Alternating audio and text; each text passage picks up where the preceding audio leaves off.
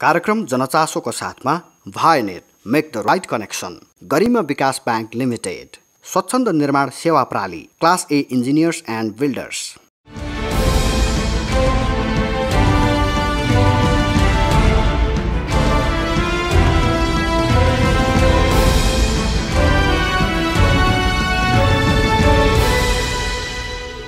दर्शकवृन्द नमस्कार। कार्यक्रम जनचासोको अर्को नयाँ श्रृङ्खलामा यहाँलाई हार्दिक स्वागत छ। सरकारले जारी गरेका स्वास्थ्य सुरक्षा सम्बन्धी मापदण्ड पूर्ण रूपमा पालना गर्ने जिम्मेवारी आम नागरिकको पनि हो। यो अवस्थामा तपाईँ हामी सबै सतर्क हौँ, संयम रहौँ, आफू बाँचौँ र अरूलाई पनि बचाउँ। समसामयिक चासो, चिन्तन र सरकारका विषयमा केन्द्रित हुने कार्यक्रम जनचासोको आजको श्रृङ्खलामा मानव अधिकार सञ्चार प्रतिष्ठानका बारेमा तयार पारिएको एक रिपोर्ट र रविन्द्र कुमार रिजाल शशीको प्रेरणादायी सङ्घर्ष कथा प्रस्तुत गर्दैछौँ। दर्शकबिन, महिला मानव अधिकारका लागि प्रतिरक्षाका रूपमा पहिचान बनाउन सफल मानव अधिकार सञ्चार प्रतिष्ठान 2 दशकदेखि अधिकारको क्षेत्रमा क्रियाशील छ।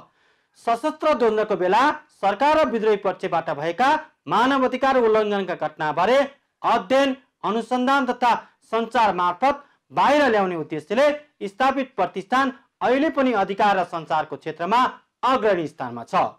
महिला तथा बाल अधिकारको विषयलाई विशेष प्राथमिकताका साथ उठान गर्दै आएको प्रतिष्ठानले सूचनाको हक तथा अभिव्यक्ति स्वतन्त्रता लगायत विषयमा समेत वकालत गर्दै आएको छ।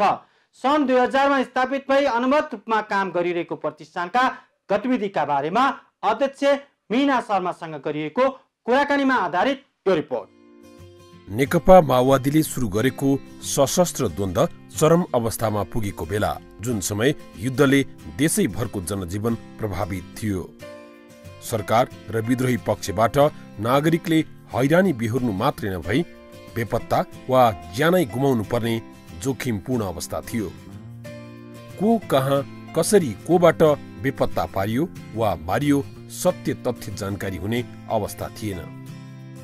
त्यही संकटको समयमा विभिन्न अधिकार कर्मी तथा संचार क्षेत्रका विज्ञको पहलमा मानवाधिकार हननका घटना उजागर गर्ने र सत्य तथ्य सूचना प्रवाह गर्ने उद्देश्यले सन् 2000 मा स्थापना भएको संस्था हो मानवाधिकार सञ्चार प्रतिष्ठान इरिकन। जुन बेला माओवादी द्वन्द्वकाल एकदमै चरम उसमा थियो, त्यो बेला चाहिँ हिंसाका घटनाहरू धेरै भइरहेको थिए। धेरै इन्फर्मल रूपमा चाहिँ हामी संस्था दर्ता गर्दाखेरि जुन हाम्रो अग्रजहरू हुनुहुन्थ्यो, उहाँहरूले चाहिँ त्यो धेरै सुन्नुभयो। तर खास के भएको भन्ने त त्यो लेभलको नेसनल मिडियामा चाहिँ त्यो लेभलको रिपोर्टिङ हुन्न थियो होइन। अनि के रहेछ त, कसरी चाहिँ मिडियाको थ्रुबाट चाहिँ कसरी मानव अधिकार हननका घटनाहरूलाई चाहिँ कसरी म्याग्निफाई गर्न सकिन्छ, कसरी ग्रासरुटमा भइरहेका कुराहरू चाहिँ कसरी चाहिँ नेसनल लेभलमा ल्याउन सकिन्छ र पीडितलाई चाहिँ न्यायको लागि चाहिँ पहल गर्न सकिन्छ भन्ने उद्देश्यका साथ चाहिँ सन् 2000 मा हामीले संस्था दर्ता गर्यौं। पछिल्लो समय महिला अधिकार, बाल अधिकार लगायत क्षेत्रमा काम गरिरहेको प्रतिष्ठानले सूचनाको हक तथा अभिव्यक्ति स्वतन्त्रता तथा सुशासनको क्षेत्रमा कार्यक्रम विस्तार गरिरहेको छ। विभिन्न साझेदार संस्थासँगको समन्वयमा विभिन्न प्रकृतिका कार्यक्रम अहिले देशका अधिकांश जिल्लामा सञ्चालन भइरहेका छन्। FHI 360 भन्ने पार्टनर्स हाम्रो डोनरसँग चाहिँ हामी पार्टनरिङ गरिरहेछौँ। खास यो USAID को प्रोजेक्ट हो। एउटा चाहिँ यो कम्युनिटी यो म्युचुअल अकाउन्टेबिलिटी प्रोजेक्ट भन्छ यसलाई चाहिँ, पारस्परिक जवाबदेहिता। सो यो प्रोजेक्टमा चाहिँ हामीले गर्दाखेरि त भक्तपुर र ललितपुरमा हामीले फोकस गर्यौँ, तर हामीसँगै काम गर्ने अरू पार्टनरहरूले 34 वटा जिल्लामा पारस्परिक जवाबदेहिता, सुशासनका कुराहरू र मिडिया फ्रिडम अफ एक्सप्रेसनका कुरा गरिराखेका छौँ हामी उहाँहरू मार्फत पनि। सो इन अ वे एउटा परियोजना अन्तर्गत हामी 34 जिल्लामा छौँ। त्यस्तै गरी हामी अहिले भर्खर EU को सहयोगमा हामीले नेपाल पत्रकार महासङ्घसँग हामी चाहिँ देशको 11 वटा 7 वटा चाहिँ प्रदेशको राजधानी र 3 टा अरू उसमा गरेर चाहिँ अनि 4 वटा मा हामी चाहिँ काम गर्दैछौँ। त्यसमा चाहिँ हामी काम चाहिँ पत्रकार महासङ्घले छनौट गरेका संस्थाहरूसँग उहाँले चाहिँ पत्रकारिता सम्बन्धी गर्नुहुन्छ र हामीले संस्था सुशासनका बारेमा अर्गनाइजेसन क्यापेसिटी एसेसमेन्टका कुराहरू, इन्टरनल पोलिसी एसेसमेन्टका कुरा, त्यसमा चाहिँ पत्रकार महासङ्घ हामी र इन्टरनेसनल अलर्ट भन्ने एउटा INGO हामी 3 टा संस्था चाहिँ त्यसमा काम गरिरहेछौँ। कोभिडका कारण मुलुकको चौतर्फी क्षेत्र प्रभावित बनेको छ। यो अवस्थामा जोखिम मोलेर काम गर्ने कतिपय पत्रकारहरू समेत बेरोजगार बनेका छन्। प्रतिष्ठानले महामारीकै कारण जागिर गुमाएका पत्रकारका लागि विभिन्न फेलोशिपका कार्यक्रम सञ्चालन गरिरहेको छ भने स्थानीय जनप्रतिनिधिसँगको सहकार्यमा सुशासन सम्बन्धी काम पनि गरिरहेको छ। यो विपदको अवस्थामा विशेष गरी हामी सबै कोभिड-19बाट जुधिरहेका छौँ। तपाईँ हामी कोही पनि अछुतो छैनौँ यसबाट। सो यो बेलामा एउटा चाहिँ अन्तर्राष्ट्रिय एउटा सञ्जाल छ, पत्रकारहरूको सञ्जाल, इन्जा भन्छन्। त्यो पत्रकारको सञ्जालले चाहिँ केही अमेरिकामा बस्ने साथीहरू उहाँले चाहिँ केही रकम जम्मा गर्नुभएको छ र त्यसलाई चाहिँ नेपालको पत्रकारहरूलाई विशेष गरी प्रदेशमा पत्रकार जसले चाहिँ अहिले यो कोभिडकै नाममा जागिर गुमाउनु परेको छ, बेरोजगार हुनुभएको छ, तीमध्ये हामी त्यही केही पत्रकारलाई प्रत्येक प्रदेशबाट 10-10 जना पत्रकारलाई छनौट गरेर उहाँहरूलाई चाहिँ अब सहयोग त नभनौँ तर फेलोशिपको रूपमा चाहिँ हामी काम गर्छौँ। सो अलिकता हामीले केही थोरै नोमिनल उहाँहरूलाई चाहिँ केही सहयोग गर्छौँ र त्यसको बापत चाहिँ उहाँहरूले जुन काम पहिला पत्रकारिता जुन गरिराख्नु भएको थियो त्यसैलाई चाहिँ कसरी कन्टिन्यू गर्न सक्नुहुन्छ त्यो पाटोमा चाहिँ छलफल भइरहेछ। सो होपफुली हामी इन्जासँग मिलेर हामीले अब भविष्यमा त्यो काम पनि सुरु गर्छौँ। अहिलेको सबैभन्दा ठूलो चुनौती कोभिड संक्रमण नै हो। महामारीका कारण लक्षित क्षेत्रमा काम हुन सकेको छैन भने संघीय संरचना अनुसार स्थानीय तह पिच्छे फरक ऐन कानूनका कारण समस्या हुने गरेको अभियन्ताहरू बताउँछन्। डिफ्रेन्ट यो नियम कानुनहरू छ। अब यो स्थानीय तह यताउति यो गर्दाखेरि धेरै नयाँ नयाँ नियम कानुनहरू एभ्रिडे थपिँदै जान्छ कि, अनि त्यो कहिलेकाहीँ चाहिँ त्यससित कोप गर्न गाह्रो हुन्छ। हामी ट्रान्सपेरेन्ट छौँ, हामीले ट्रान्सपेरेन्ट तरिकाले काम गर्छौँ भनेर हाम्रो इयरली अडिट, मन्थली अडिट त्यो हिसाबले हामी काम गर्छौँ। तर कतिपय कुराहरू चाहिँ अझै पनि हामीले चाहिँ त्यो यो सिस्टमको जुन चेन्ज भइरहेको हुन्छ, जुन नयाँ लेभलको अहिले जुन नयाँ संरचना आएको छ त्यो संरचनामा काम गर्दाखेरि चाहिँ अलि च्यालेन्ज फिल हुन्छ। नेपालमा विकास साझेदारको रूपमा काम गर्ने सबैजसो निकायलाई कार्यक्रमको दिगोपनाबारे सधैँ प्रश्न उठ्ने गर्छ। तर यस विषयमा प्रतिष्ठानले भने त्यस्ता कार्यक्रमको दीर्घकालीन प्रभाव तथा संरक्षण सम्वर्धनका विभिन्न रणनीति अघि सारेको जनाएको छ। 7,000 मा सुरु गरेको काम अहिले चाहिँ करोडौंको सहकारी चलाइराख्नु भएको छ।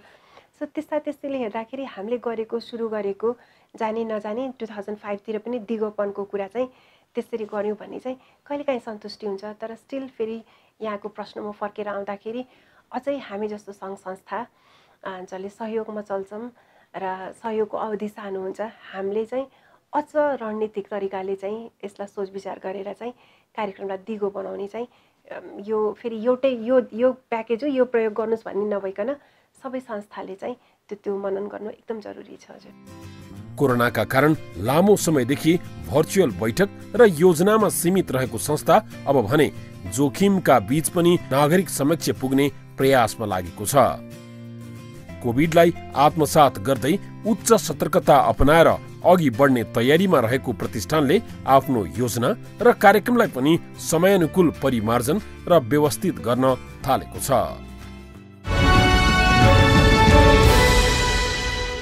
कुनै पनि व्यक्तिलाई जात जाति, समुदाय, पेशा वा व्यवसायको आधारमा कुनै पनि निजी तथा सार्वजनिक स्थानमा छुवाछुत तथा विभेद भएमा यसलाई गम्भीर सामाजिक अपराध भएको ठहरिन्छ र जातीयताको आधारमा गरिने छुवाछुत तथा विभेदलाई कानुनी रूपमा दण्डनीय पनि मानिन्छ। साथसाथै यसले व्यक्तिको मौलिक अधिकारलाई समेत कुण्ठित गराउँछ। यस्ता अपराधहरू कहीँ कतै कुनै व्यक्तिबाट हुन गएमा र भएमा 3 महिनादेखि 3 वर्षसम्म कैद र 50,000 देखि 2 लाखसम्म अथवा दुवै सजाय पनि हुन सक्छ। यस्ता अपराधहरू भनेका कानुनी मामिलाहरू हुन्। त्यसैले यी अपराधहरूलाई आफूको मेलमिलापमा निरूपण गर्न सकिँदैन। यी अपराधहरू कहीँ कतै देखेमा, भएमा र स्वयं आफै पनि सहेर बसेमा अपराध नै ठहरिन्छ। त्यसैले यस्ता क्रियाकलापहरू कहीँ कतै देखिहालेमा र आफैमा भइरहेको छ भने साहस जुटाएर नजिकैको प्रहरी चौकी अथवा राष्ट्रिय दलित आयोग वा राष्ट्रिय मानव अधिकार आयोगमा यथाशीघ्र उजुरी गरिहाल्नुपर्छ। जनचेतनाका लागि नेपाल सरकार कानुन न्याय तथा संसदीय मामिला मन्त्रालय संस्थागत सुधार मार्फत न्यायमा पहुँच अभिवृद्धि परियोजना तथा UNDP को सहकार्यमा दलित सेवा संघद्वारा जनहितमा जारी सन्देश। कार्यक्रम जनचासोको साथमा Vianet make the right connection, Garima Bikas bank limited, Swachhanda Nirman Sewa प्राली, class A engineers and builders. दर्शकबिन, कार्यक्रम जीवन यात्रा स्तम्भ अन्तर्गत हामीले सामाजिक तथा राष्ट्रिय जीवनमा महत्त्वपूर्ण योगदान पुर्याएका तथा प्रेरणादायी सङ्घर्षका कथा प्रस्तुत गर्दै आएका छौँ। 50 को दशक अघि नेपालमा विज्ञापन व्यवसायको कल्पना गर्ने अवस्था समेत थिएन। सञ्चार माध्यमको उल्लेख्य विकास नभइसकेको अवस्थामा विज्ञापन क्षेत्रमा भविष्य देख्नु मूर्खता जस्तै थियो। तर त्यही जटिल परिस्थितिमा पनि विज्ञापन क्षेत्रमा हात हाल्ने व्यक्ति हुन् रविन्द्र कुमार रिजाल शशी। अनेक व्यवधानका बीच पनि विज्ञापन क्षेत्रमा अनवरत लागिरहेका उनी अहिले नेपालकै उत्कृष्ट 3 मा पर्न सफल की एडभर्टाइजिङ एजेन्सीका मालिक हुन् भने नेपाल विज्ञापन सङ्घका अध्यक्ष समेत हुन्। तत्कालीन समयमा सम्भावना कम बनेको क्षेत्रमा हात हालेर व्यावसायिक सफलताको उचाइमा पुगेका रविन्द्रको सङ्घर्ष कथा अबको क्रममा प्रस्तुत गर्दैछौँ।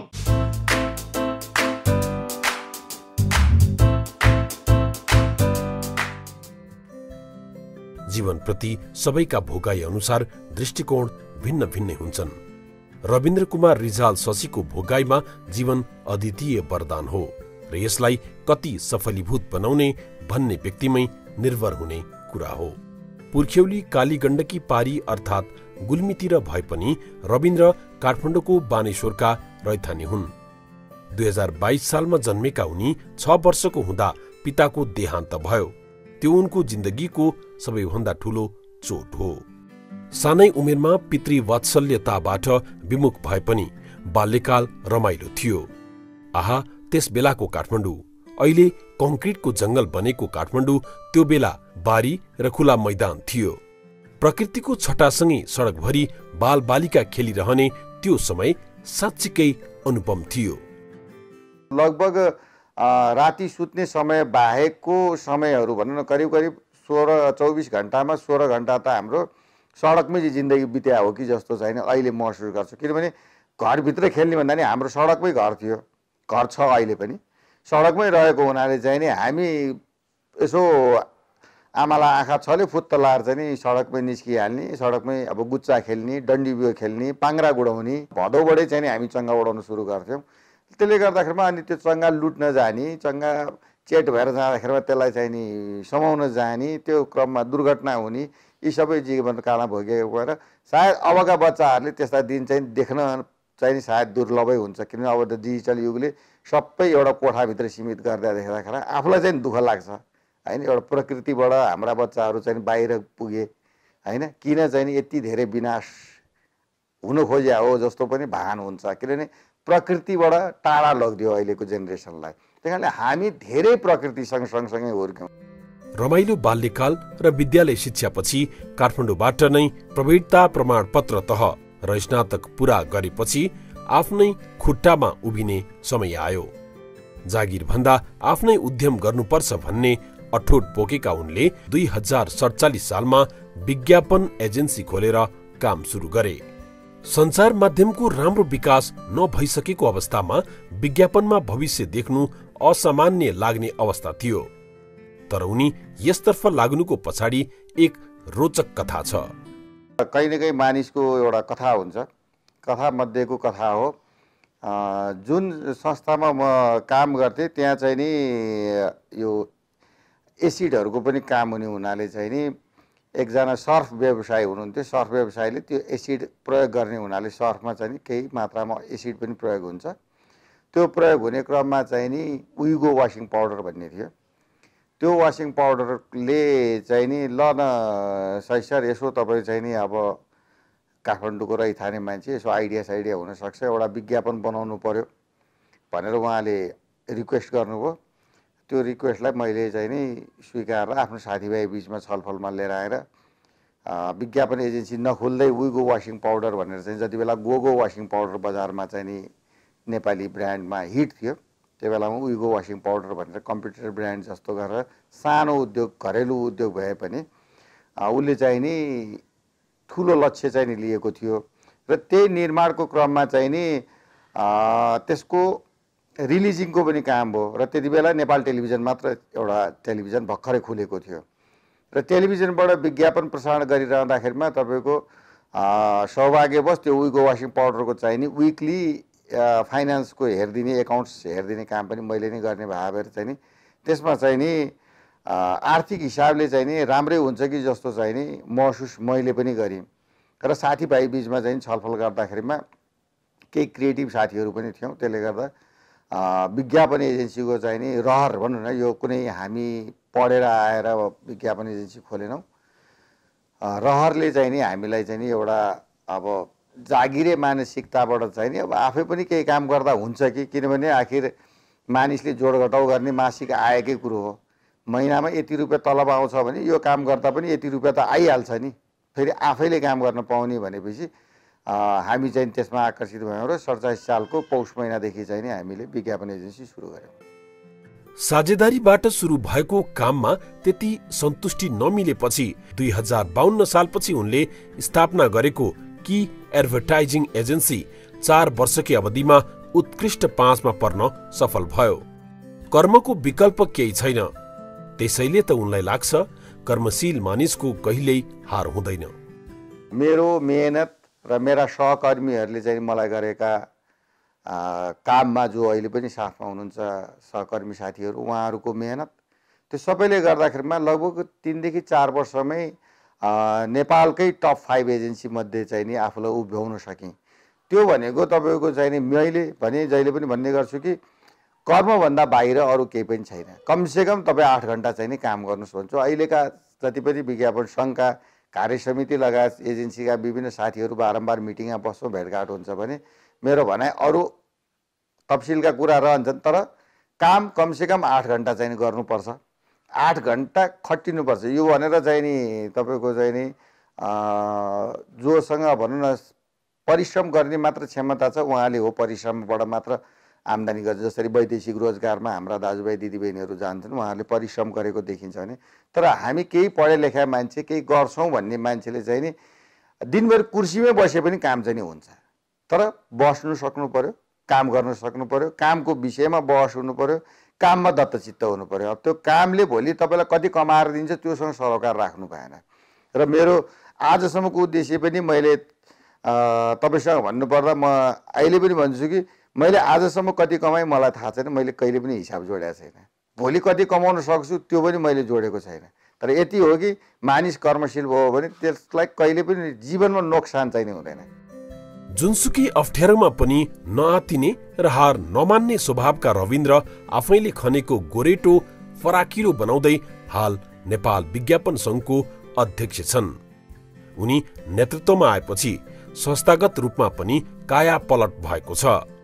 विज्ञापन सम्बन्धी ऐन ल्याउन उनको ठूलो भूमिका छ भने आर्थिक संकटबाट गुज्रिएको संघमा कोरोना संकटमा पनि झण्डै 22 लाख रुपियाँ मौजदात छ।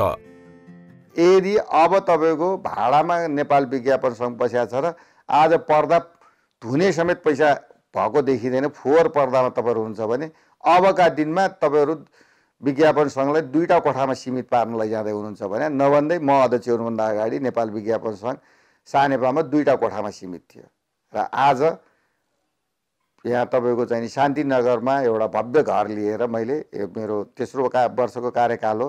आजको दिनमा यत्रो कोरोनाको सङ्कटमा पनि विज्ञापन सङ्घले आफ्ना कामहरू आरामले हो इभेन्टहरू पैसा आम्दानी गर्ने काम गर्न नसके पनि खर्च गर्नलाई पूर्ण हुने गरी मैले मेरो विज्ञापन एजेन्सी होइन मेरो विज्ञापन सङ्घको लागि पनि खर्च पूर्ण हुने गरी चाहिँ नि कामहरू गरे भएर चाहिँ आज पनि 20-22 लाख रुपियाँ चाहिँ खातामा रहेको अवस्था नेपाल विज्ञापन सङ्घको रहेको छ।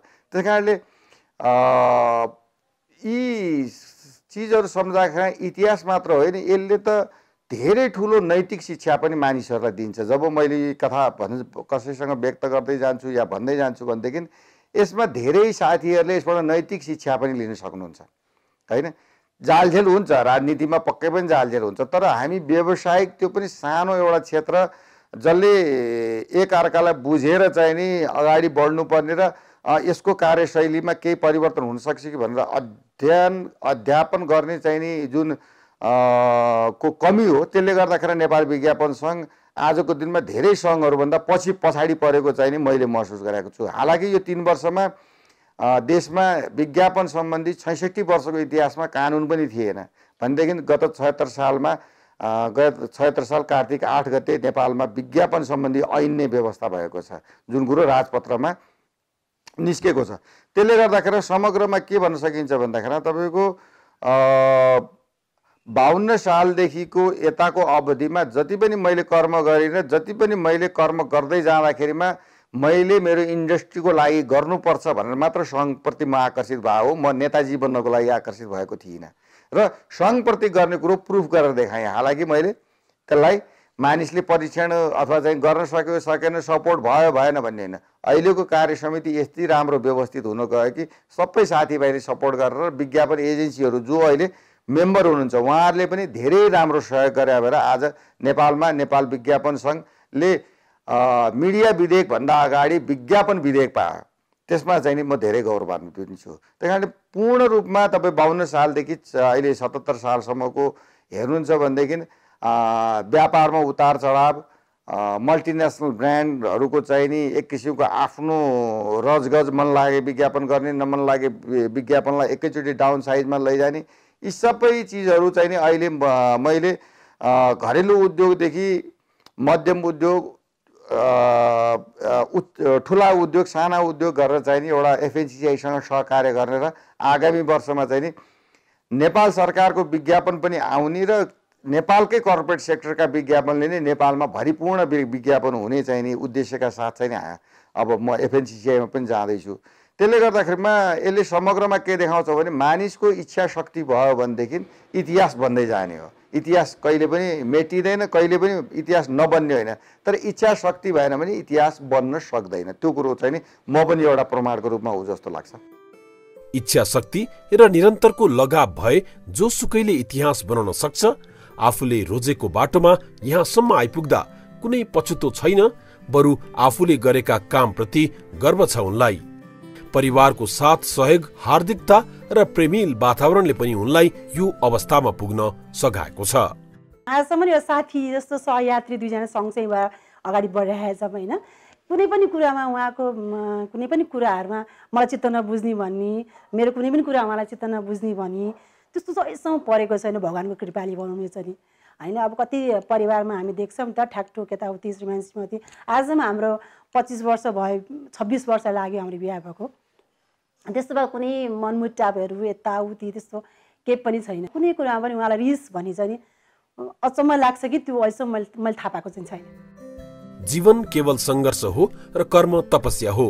उनको सफलताका सूत्र यही हो। उनले नेतृत्व गरेको की एडभर्टाइजिङ एजेन्सी अहिले मुलुककै उत्कृष्ट 3 मा पर्न सफल भएको छ। यो सफलतापछि उनको समूह र पारिवारिक साथ सहयोग महत्त्वपूर्ण ऊर्जा हो। उनकै परिकल्पनामा सञ्चालन भइरहेको मुन्द्रेको कमेडी क्लब तथा नेपाल स्टार जस्ता सफल टेलिभिजन सोबाट उनलाई थप प्रेरणा र हौसला मिलेको छ। एडभर्टाइजिङ एजेन्सीले यति ठूला रियालिटी शो सञ्चालन गर्नु सानो कुरा होइन, तर हिम्मत, आँट र अठोटले सफल भएका यिनै कार्यक्रमको उचाइबाट उनलाई अब आफ्नो जीवन धन्य र सार्थक भए जस्तो लाग्छ। नेपाल विज्ञापन सङ्घको अध्यक्ष त म बनी, साथीभाइले यति विश्वास गरेर बनाउनु भयो भनेदेखि मैले पनि यो एजेन्सीहरूको लागि, यो मिडियाको लागि केही गर्नुपर्छ भन्ने लागेर चाहिँ नि मुन्द्रे कमेडी क्लब भनेर कल्पना गरेँ र जितु नेपालसँग बारम्बार गर्ने भनेर एकचोटि गर्ने भनेर डिएभी स्कुलको हलमा स्टेज समेत तयार गरे अवस्थामा पनि अन्तिम समय गएर रोकिएको अवस्था र त्यसपछि फेरि 1.5 वर्षपछि फेरि पनि त्यही सङ्घर्षमा गर्ने भन्दा सुरुवात गरियो र त्यसको जुन सफलता छ त्यसले मलाई आत्मविश्वास बढायो र बढाएपछि अहिलेको दिनमा नेपाल स्टार भन्ने नेपाल टेलिभिजनबाटै आउँछ हरेक शनिबार राति 9 बजे। त्यो कार्यक्रम गर्नको लागि नेपाल टेलिभिजनसँग सहकार्य गरियो। करिब 1.5 वर्षको मेहनतपछि त्यसलाई पनि मूर्त रूप दिइयो। नेपालमा पनि विज्ञापनले उचाइ लिइरहँदाखेरिमा भोलि गएर चाहिँ नि क्लिन फिड भइरहँदाखेरिमा नेपालीले के हेर्ने, के कार्यक्रम हेर्ने त? नेपालमा त खुब जुरुक जुरुक उचालेर क्लिन फिड लायो, अब हेर्ने कार्यक्रमै छैन भनेर जनताले गाली गर्ने अवस्था नहोस् भनेर पनि म यसमा लागेको हुँ। र अब यो नेपाली स्टार लगायत अन्य 2-4वटा कार्यक्रम पनि म निकट भविष्यमै, जुन अहिले कोरोना कारणले अलिकति सरेको छ समय, ल्याउने पक्षमा छु। र एउटा इन्डस्ट्री जसले चाहिँ नि मेरा भोलिका पिँढीहरूलाई चाहिँ नि त्यसले चाहिँ नि यो व्यवसायमा लाग्न प्रेरित गरोस् भन्नको लागि चाहिँ नि एउटा इन्डस्ट्री बनाउने आकांक्षा चाहिँ नि मैले पनि राखेको छु। विश्वका झण्डै 2 दर्जन भन्दा बढी मुलुक घुमेका उनलाई नेपाल जस्तो अनुपम विविधतायुक्त मुलुक अर्को कुनै लाग्दैन भने कुशल व्यवस्थापन हुने हो भने मुलुकको काया पलट हुन धेरै समय नलाग्नेमा उनी विश्वस्त छन्।